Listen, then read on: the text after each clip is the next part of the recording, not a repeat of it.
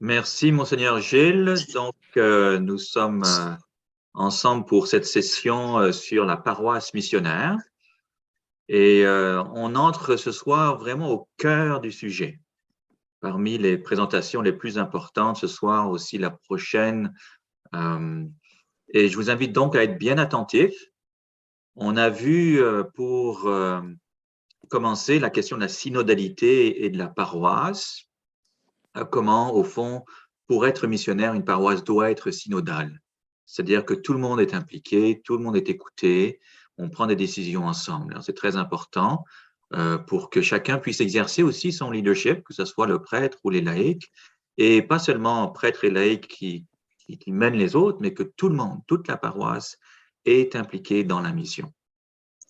Alors, on a aussi vu des exemples de paroisses missionnaires dans différentes parties du monde, dans différentes confessions chrétiennes. Et on s'est rendu compte qu'il y a déjà des choses qui sont communes à toutes ces paroisses parce que c'est surtout une question de pastorale, d'organisation de la paroisse pour la mission.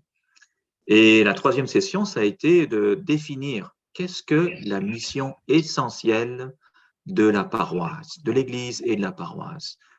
Et on a compris qu'il y a une autre façon de faire paroisse. On ne peut plus rester les mêmes. Si on reste les mêmes, on va continuer à décroître et éventuellement fermer plus de paroisses. On ne veut pas s'éteindre. Le Seigneur nous demande d'être des flambeaux dans ce monde qui parfois est un peu ténébreux. Il y a beaucoup de souffrances, de ténèbres parce que le monde n'est pas connecté au Christ et finit par dépérir eux-mêmes. Alors, on va à la recherche de la brebis perdue dans la paroisse missionnaire. On va chercher les personnes qui sont perdues dans la solitude, perdues dans la souffrance, perdues parce qu'ils ne se savent pas aimer, etc. On a parlé de tout ça la semaine dernière.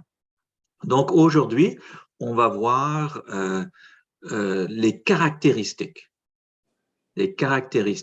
des paroisses missionnaires. C'est-à-dire que tous les exemples qu'on a vus, qu'est-ce qu'ils font? Qu'est-ce qui les rassemble? Qu'est-ce qu'elles ont de commun, ces paroisses missionnaires? Et on va voir ça ensemble ce soir. Avant de commencer, je vais partager mon écran et on va commencer avec un chant de prière. Et je vous invite à vous intérioriser, à vous centrer sur la personne du Christ. C'est lui, par l'Esprit Saint, qui nous enseigne. C'est lui qui veut vous parler ce soir et qui veut vous dire quelque chose pour votre paroisse. Alors, restez bien ouverts. On va donc prier ensemble en écoutant ce chant. Alors, je vais partager l'écran ici avec le son. Au nom du Père et du Fils et du Saint-Esprit. Amen. 1, 2, 3.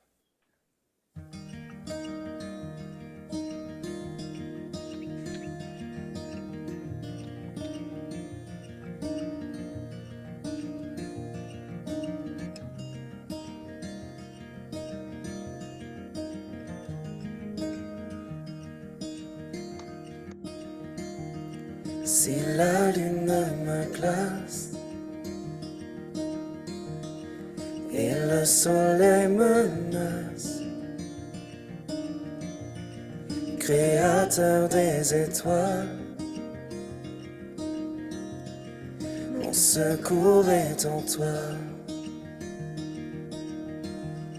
Si mes larmes ruissellent et que mon pas chancelle, créateur de la terre, mon secours est en toi.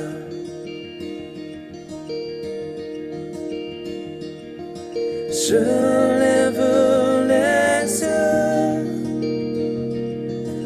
vers les hauts sommets.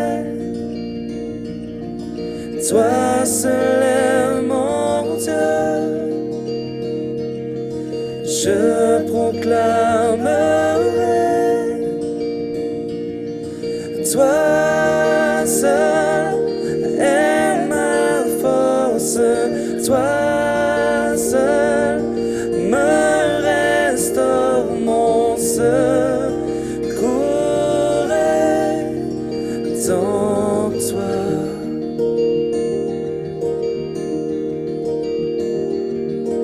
Toujours tu me portes, jamais tu ne dors, mon secours est dans toi.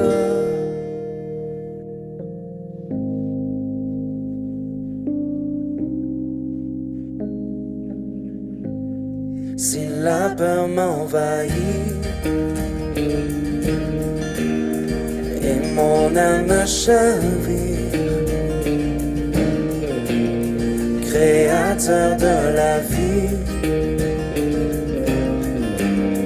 mon secours est en toi.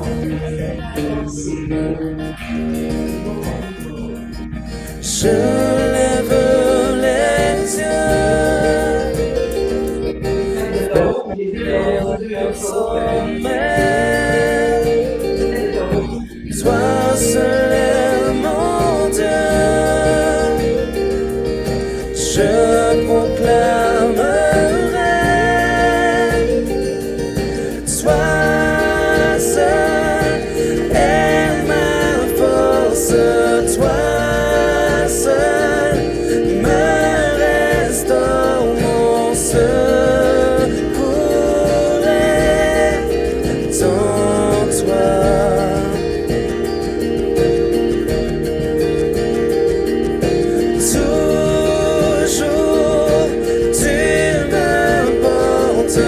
Jamais tu ne dors, mon secours est en toi.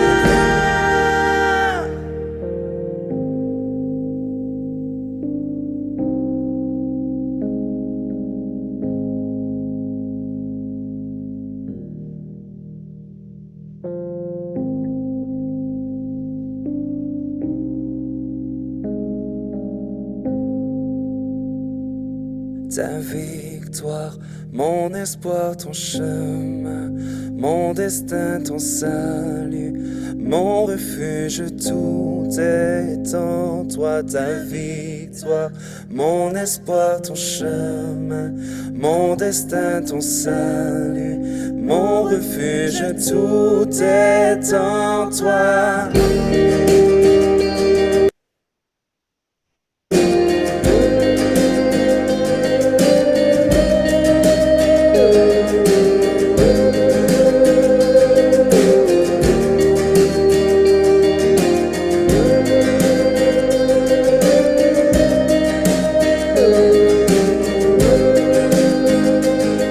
Ta victoire, mon espoir, ton chemin, mon destin, ton salut, mon refuge, tout est en toi. Ta victoire, mon espoir, ton chemin, mon destin, ton salut, mon refuge, tout est en toi. Ta victoire, mon espoir, ton chemin, mon destin, ton salut, mon refuge, tout est en toi. Ta victoire, mon espoir, ton chemin, mon destin, ton salut, mon refuge, tout est en toi.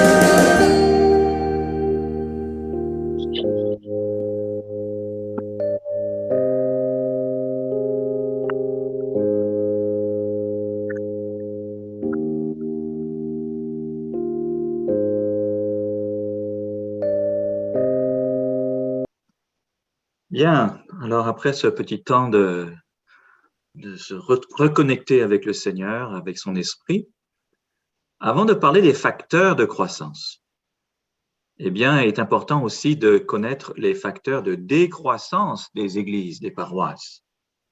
Qu'est-ce qui fait que nos paroisses sont en train de décroître? Alors, tout ce que je vous présente ce soir, c'est basé sur des recherches qui ont été faites de centaines d'églises. Ce n'est pas des choses qui sont inventées, c'est basé sur l'observation. Les facteurs de décroissance. Le premier, eh bien, c'est que les paroisses, si elles n'ont pas de vision pour l'avenir, si elles n'ont pas une vision de comment devenir missionnaire, si elles font juste répéter le statu quo, eh bien, vont finir par décroître. Un autre élément, c'est la complaisance en soi. C'est-à-dire que on a eu une église qui a été glorieuse. Hein. C'était les années glorieuses où tout le monde était catholique. On lavait l'affaire. Hein. Tout le monde allait à la messe. Puis ceux qui n'allaient pas, ben, on les pointait du doigt. Alors c'est difficile parfois de dire, ben, c'est plus forcément comme avant. Puis on a besoin de changer. On a plutôt tendance à dire c'est les autres. Hein, c'est parce qu'ils ne sont pas intéressés. Ça fonctionnait bien avant, il n'y a pas de raison que ça ne fonctionne plus maintenant. Un autre élément, c'est le pessimisme. On se dit, ben, il n'y a rien à faire. Hein. Les gens sont plus intéressés par la foi, la société a changé. Non, c'est comme ça, les paroisses vont finir par disparaître, mais on n'y peut rien et ça ne changera pas. Un esprit de pessimisme. Un autre élément, c'est le manque de foi. Hein, oublier que le Seigneur est avec nous, que c'est vraiment sa volonté que l'on soit missionnaire et qu'il est capable de rejoindre les gens aujourd'hui. Qu'il est capable de faire une différence dans la vie des personnes, de relever le faible, relever celui qui est perdu, celui qui est désespéré. Jésus est vivant, il est avec nous. Un autre élément qui conduit à la décroissance, c'est la mise de côté du mandat de faire des disciples. Et on a vu à quel point c'est important que c'est la mission essentielle de la paroisse, de l'Église en général, faire des disciples. Alors bien sûr qu'il y a des années, c'était plus vraiment si important puisqu'il y avait tellement de monde dans les églises. Mais ça remonte quand même maintenant à, hein, c'est il y a 50 ans ou plus, 60 ans.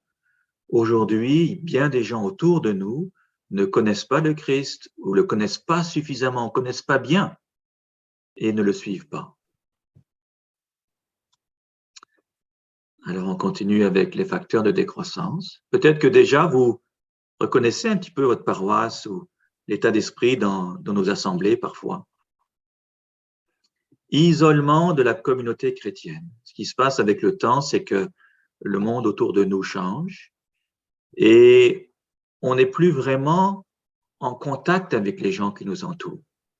On commence à être, il y a une culture différente qui s'installe. Les besoins sont différents autour de nous. Ça dépend bien sûr où on est. On peut être en campagne, en ville. Il y a maintenant beaucoup de gens qui viennent d'autres pays et qui ont une culture différente. Et on ne connaît pas bien cette culture ou on ne veut pas la connaître.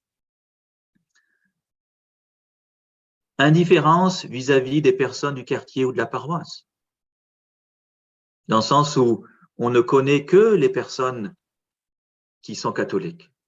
Depuis des années, on a nos amis qui vont à la messe, parfois plus ou moins, mais on n'a plus vraiment de contact avec les gens qui sont nouveaux. Donc, pas d'interaction ou peu d'interaction avec des personnes qui ne sont pas catholiques.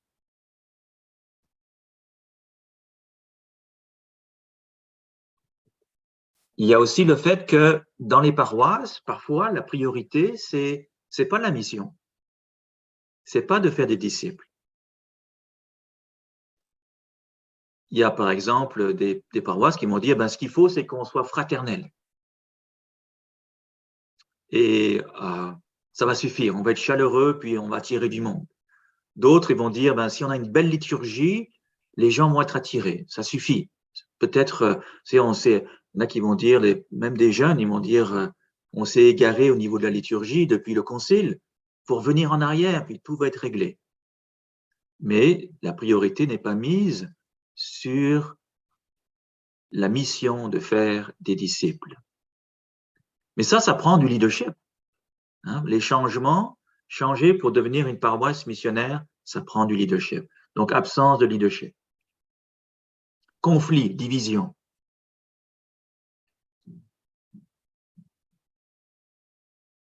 Quand il y a un leadership, eh bien, parfois, c'est seulement les prêtres qui vont dire moi, je l'ai l'affaire, puis les laïcs, ils n'ont pas été au séminaire, ils n'ont pas de théologie, donc je vais diriger, mais je ne laisse pas la place aux leaders laïcs.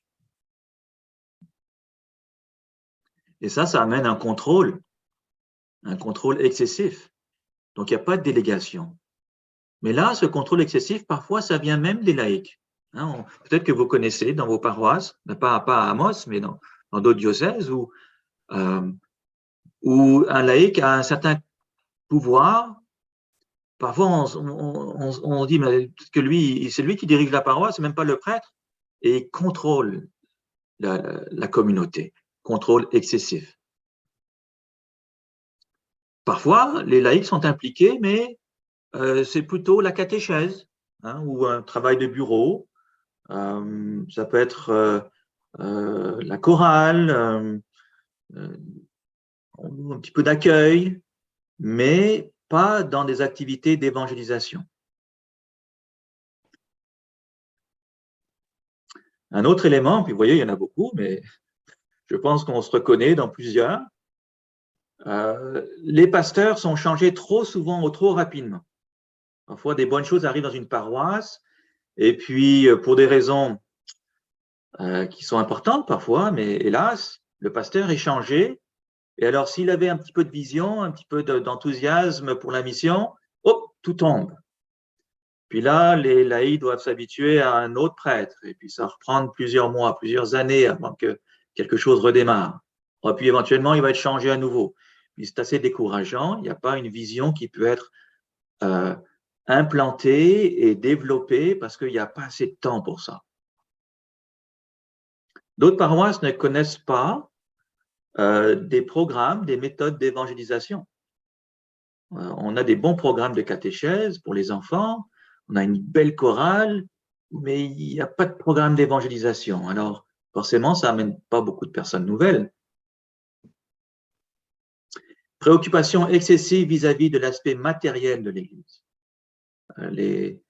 L'argent qui est là pour la mission de l'Église, en fait, elle est beaucoup plus utilisée pour réparer un toit, pour le chauffage, pour faire des réparations. Et il n'y a pas d'argent pour la pastorale. Donc, les marguilliers voient juste le côté matériel de la paroisse. Alors, ça, ce sont les facteurs de décroissance. Et ils sont importants parce que ça nous dit ce qu'il ne faut pas faire. On va voir ce qu'on devrait faire pour être missionnaire. Mais ça nous dit qu'est-ce qu'il faudrait éviter de faire autant que possible. Alors, nous aurons le temps de discuter de ça. On va partir en petits groupes. J'aimerais que vous ayez au moins une demi-heure, peut-être plus, pour pouvoir réfléchir à tout ça. Pensez à qu'est-ce qui vous touche. Qu'est-ce qui vous touche ce soir? En quoi est-ce que vous reconnaissez votre paroisse dans ces éléments qui sont présentés? Maintenant, on va parler des caractéristiques communes des paroisses qui se développent. On peut appeler ça des facteurs de croissance, mais c'est plutôt des caractéristiques communes. Et vous voyez l'image qu'on a ici, c'est une plante. Encore, on voit les mains de Dieu, parce que c'est Dieu qui donne la vie à la paroisse, qui donne la vie à chaque membre de la paroisse, qui nous renouvelle. C'est d'abord lui. Mais qu'est-ce qui fait comment est-ce qu'on peut collaborer, un petit peu comme on a vu la semaine dernière, pour faire grandir un arbre? L'arbre va grandir tout seul pour porter du fruit, mais à nous de collaborer pour faire grandir cet arbre. Il y a un missionnaire assez connu qui s'appelle Donald McGavran, qui a dédié sa vie à connaître qu'est-ce qui donne la vitalité aux missions. Il était en Inde, lui, et il voyait des missions qui étaient florissantes, puis d'autres qui se réduisaient de plus en plus, puis qui finissaient par fermer. Alors, il a dédié sa vie à analyser, à observer ces missions, et il dit que les églises, quel que soit leur milieu, eh bien, elles ont des orientations pastorales communes, celles qui grandissent, et qu'elles peuvent être appliquées, ces caractéristiques, ces orientations communes, dans tout lieu et toute culture. Ça veut dire que ce que je vais présenter maintenant, eh bien, peut être appliqué dans votre milieu. Caractéristiques communes des paroisses qui se développent. La première et la plus importante, c'est qu'elles adoptent, ces paroisses adoptent la mission de faire des disciples. C'est plus simplement d'offrir des sacrements. On a vu le modèle la semaine dernière, où au cœur de la vie paroissiale, ce sont les sacrements qui restent essentiels. Parce que les sacrements, on veut amener des personnes aux sacrements. Mais la mission de l'ensemble de la communauté, c'est d'aller faire des disciples. Et bien sûr que cette mission, elle est portée par le Christ lui-même. C'est pourquoi, d'abord et avant tout, la première chose à faire, une fois qu'on se décide pour la mission, c'est de prier.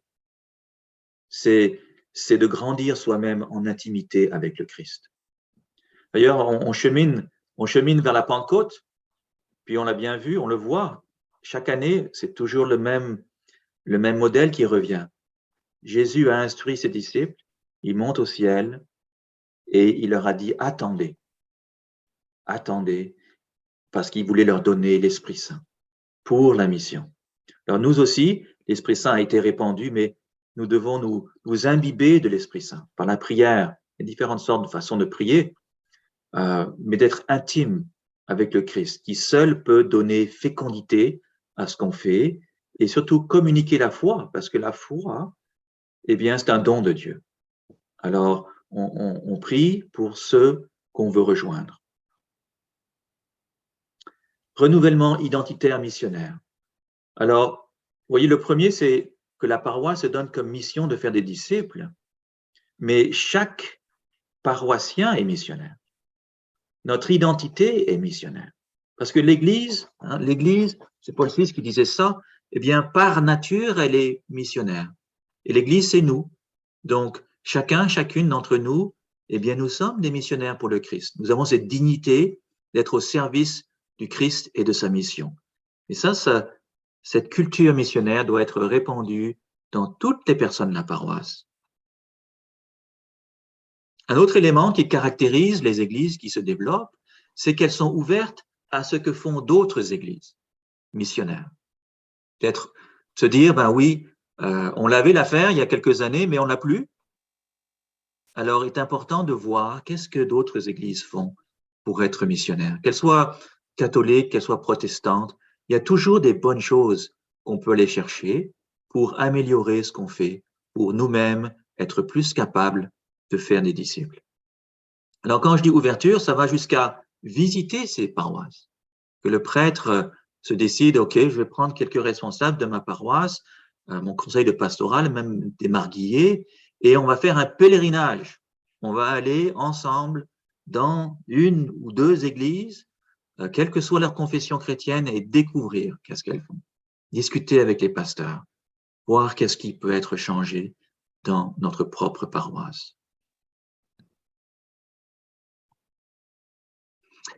Un autre élément très important, et on va y revenir après ces quelques acétates ici, ces quelques diapositives.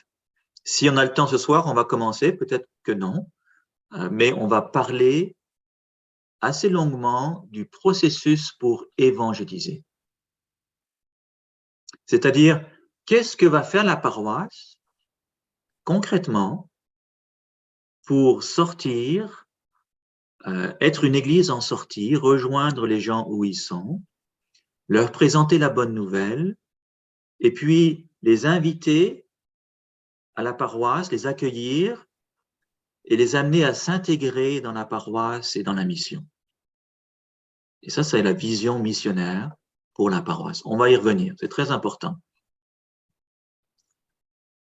Un autre élément, c'est la planification avec une équipe, parce que le prêtre doit s'entourer d'une équipe pour cette transformation et planifier. Une fois que on sait, on voit les différentes caractéristiques, une fois qu'on comprend le processus pour évangéliser, eh bien, il faut le mettre en place. Il faut planifier cette transformation. Service et invitation. Les paroisses missionnaires sont dans le monde et sont au service des personnes du milieu, que ce soit par des pastorales ou individuellement.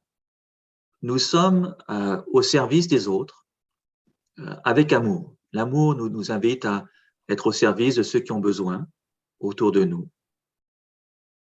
Et invitation, ça veut dire que c'est pas juste rendre service, puis on est des bonnes personnes, c'est aussi inviter soit des petits groupes ou inviter à la paroisse.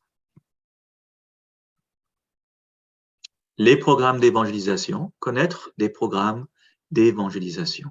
Il y en a quelques-uns, un qui fonctionne bien, c'est le programme Alpha. Il y en a d'autres, puis on peut en découvrir, il y en aura sûrement des nouveaux. Service d'accueil des nouveaux. Une fois qu'on invite, qu'on a rejoint des gens dans leur milieu, qu'on a créé des liens, qu'on les a invités, eh bien, c'est très important que ces personnes soient accueillies chaleureusement dans la paroisse. Parfois, on a des services d'accueil, des pastorales d'accueil dans les paroisses, mais c'est souvent assez général. On accueille tout le monde, on dit bonjour, on donne peut-être un bulletin paroissial, parfois c'est juste à la fin. Mais d'avoir un service d'accueil qui est dédié aux personnes nouvelles. Se concentrer, il y a une personne nouvelle, on va vraiment mettre le focus sur cette personne, qu'elle se sente accueillie. La première impression, on sait à quel point c'est important. Un autre élément, c'est le service pour les enfants durant la messe. C'est sûr qu'il y a des pasteurs qui disent il faut que tous les enfants soient ensemble avec les familles pendant la messe et c'est plus communautaire.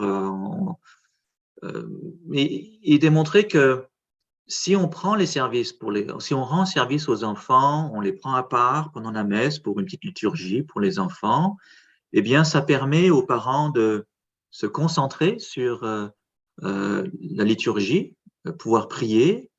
Ça permet plus de silence aussi dans la paroisse, pendant la messe, ce qui fait qu'une personne nouvelle qui va arriver ne sera pas distraite par peut-être des bruits, des pleurs.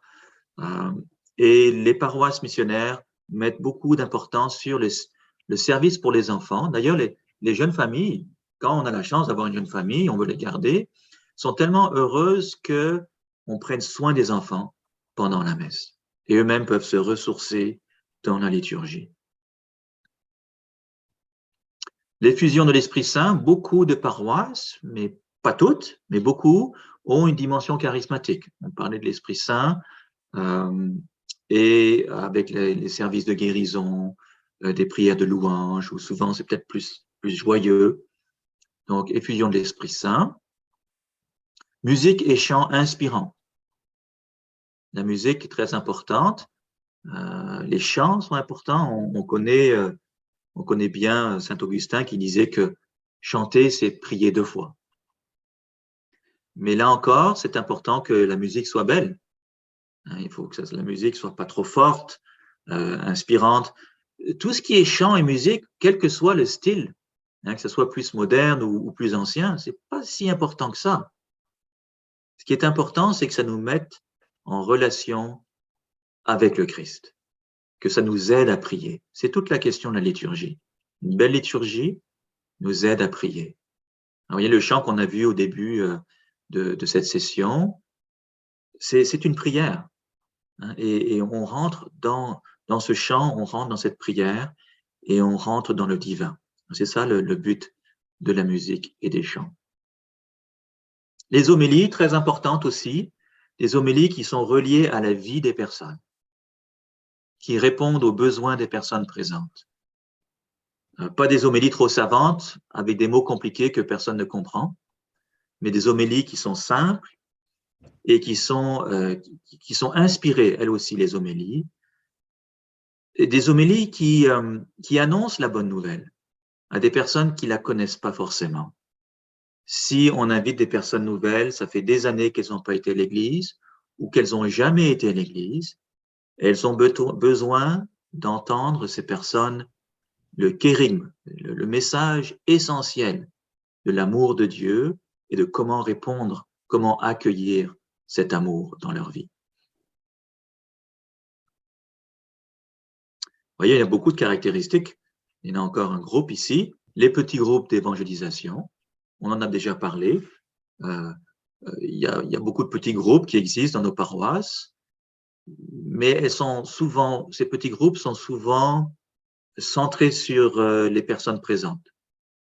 Plutôt que se dire notre mission, c'est d'inviter d'autres personnes, de les accueillir et de les faire cheminer, découvrir le Christ. Petit groupe avec la mission d'évangéliser.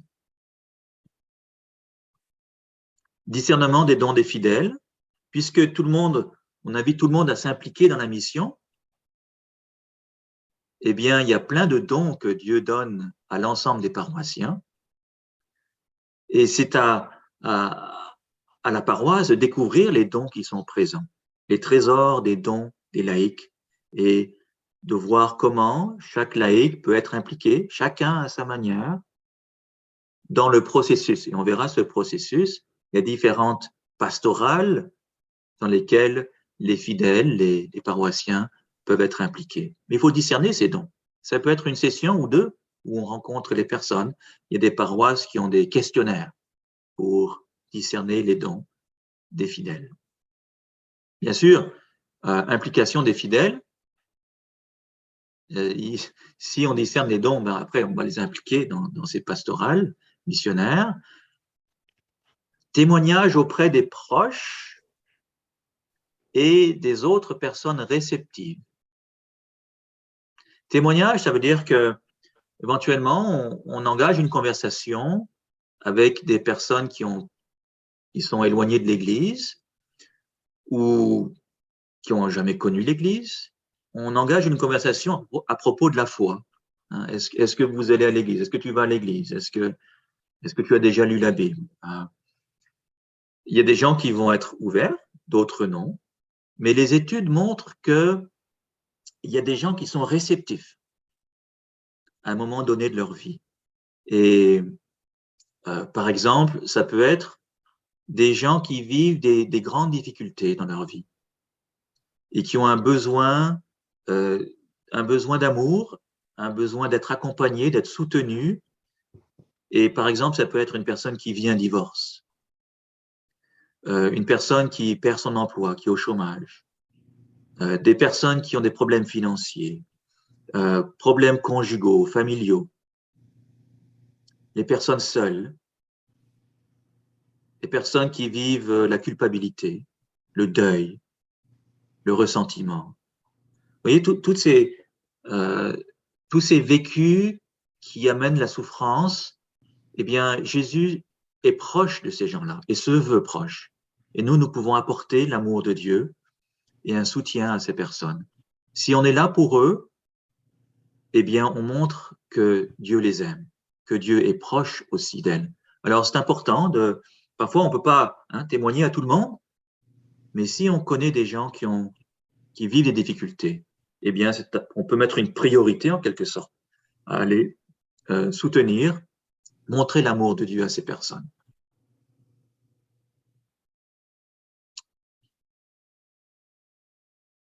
Alors, leadership laïque, aussi un autre élément, c'est que le prêtre est invité et devrait, s'il veut être missionnaire dans sa paroisse, travailler avec des laïcs et leur donner pas seulement des tâches, mais aussi leur laisser avoir du leadership.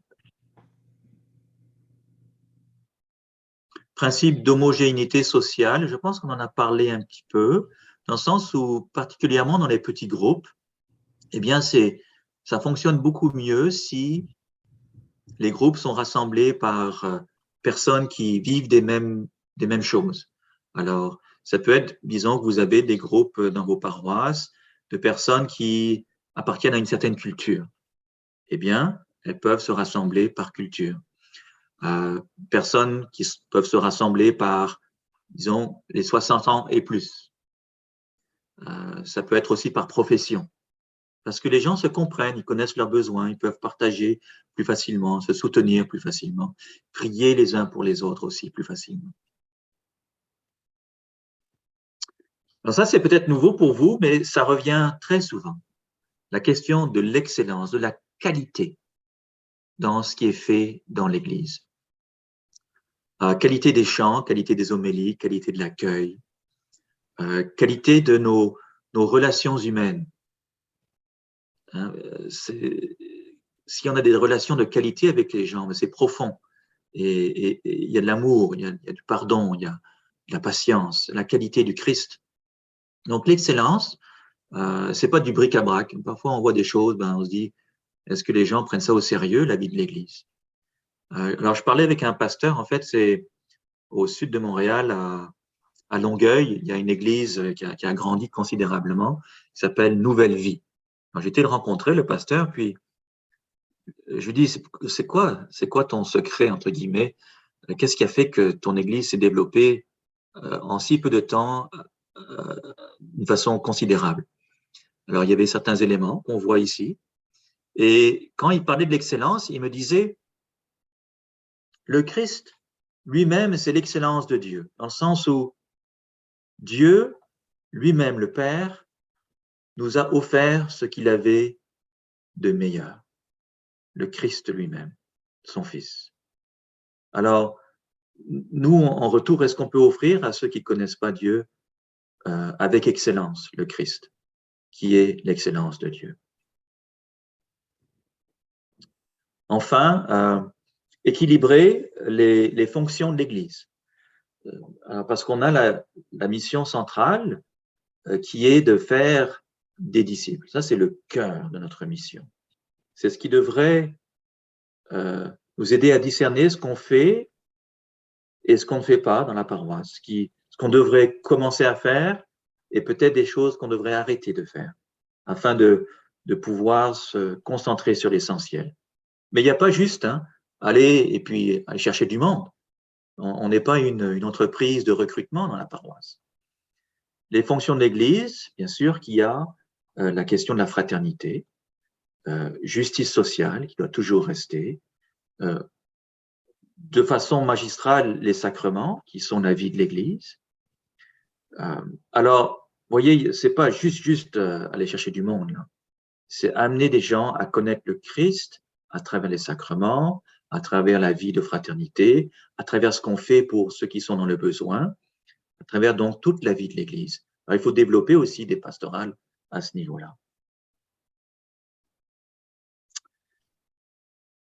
Alors, ça, ce sont en général, toutes les caractéristiques des paroisses qui se développent. Il y a beaucoup de choses qu'on peut faire, sur lesquelles on peut discuter, vous, prêtres, et avec vos conseils de pastoral, avec vos marguilliers, beaucoup d'éléments missionnaires qu'on peut mettre en place dans les paroisses. Maintenant, il y a des gens qui diraient, tout ça c'est bien beau, mais ça ressemble plutôt à des paroisses de ville.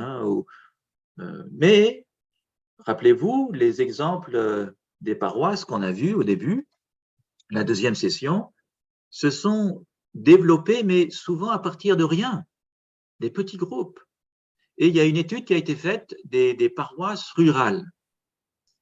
C'est mieux de les appeler des groupes de paroisses, parce que la plupart du temps, le prêtre est en charge et responsable de plusieurs paroisses. Alors, est-ce que ces paroisses rurales peuvent grandir? Est-ce qu'elles peuvent être missionnaires? Est-ce qu'elles peuvent se développer, vivre et répandre la vie du Christ autour d'elles?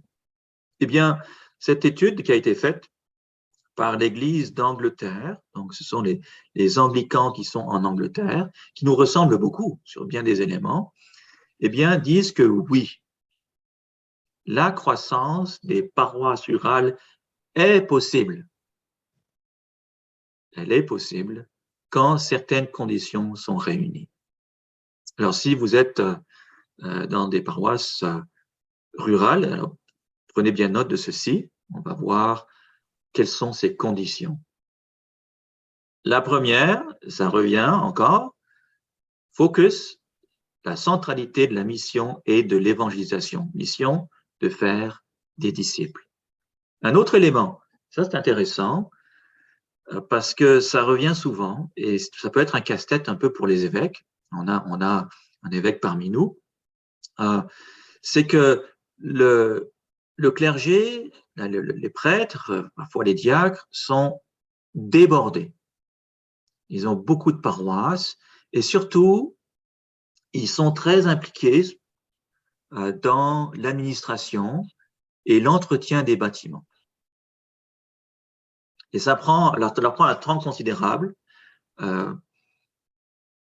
Et si on veut qu'ils soient missionnaires, il est important qu'ils soient dégagés autant que possible de cette administration pour s'occuper de la pastorale missionnaire.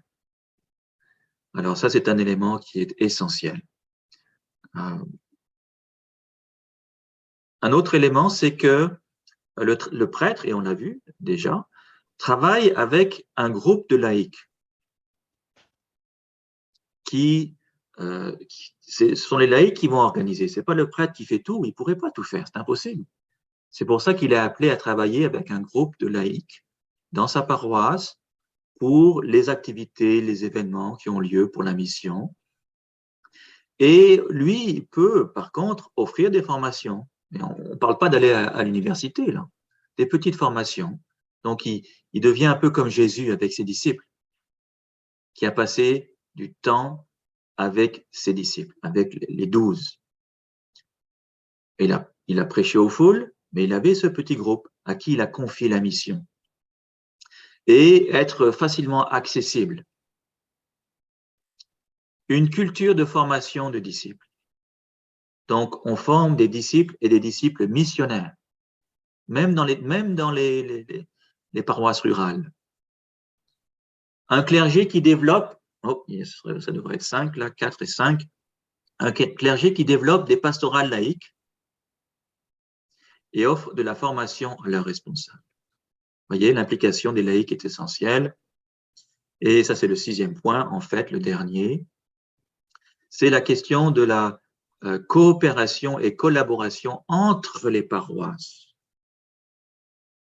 C'est parfois un peu difficile. Il y a des paroisses qui ont, dans certains diocèses, un esprit de clocher, où on dit c'est ma paroisse, hein, et puis je ne veux pas collaborer avec les autres. Ça peut se comprendre, je veux dire, avec l'histoire, mais c'est essentiel pour être missionnaire de savoir collaborer avec les autres paroisses. Et même, l'étude montre que même au niveau œcuménique, peut-être que dans votre village, il y a une paroisse anglicane ou autre, eh bien, qu'est-ce qui peut être fait ensemble? Qu'est-ce qui peut être fait ensemble? Surtout, par exemple, pour rejoindre les besoins du milieu. Il y a beaucoup de choses et c'est un beau témoignage d'unité. Je ne sais pas si certains d'entre vous connaissez Thésée en France. Eh bien, Thésée, c'est un village où un pasteur a commencé à rassembler des frères de toute confession chrétienne et ils ont commencé à prier et ça a attiré des jeunes et des jeunes et des jeunes. Des milliers de jeunes chaque année passent 1 semaine, 2 semaines à prier. Et qu'est-ce qui est beau avec Thésée, c'est que c'est un signe d'unité.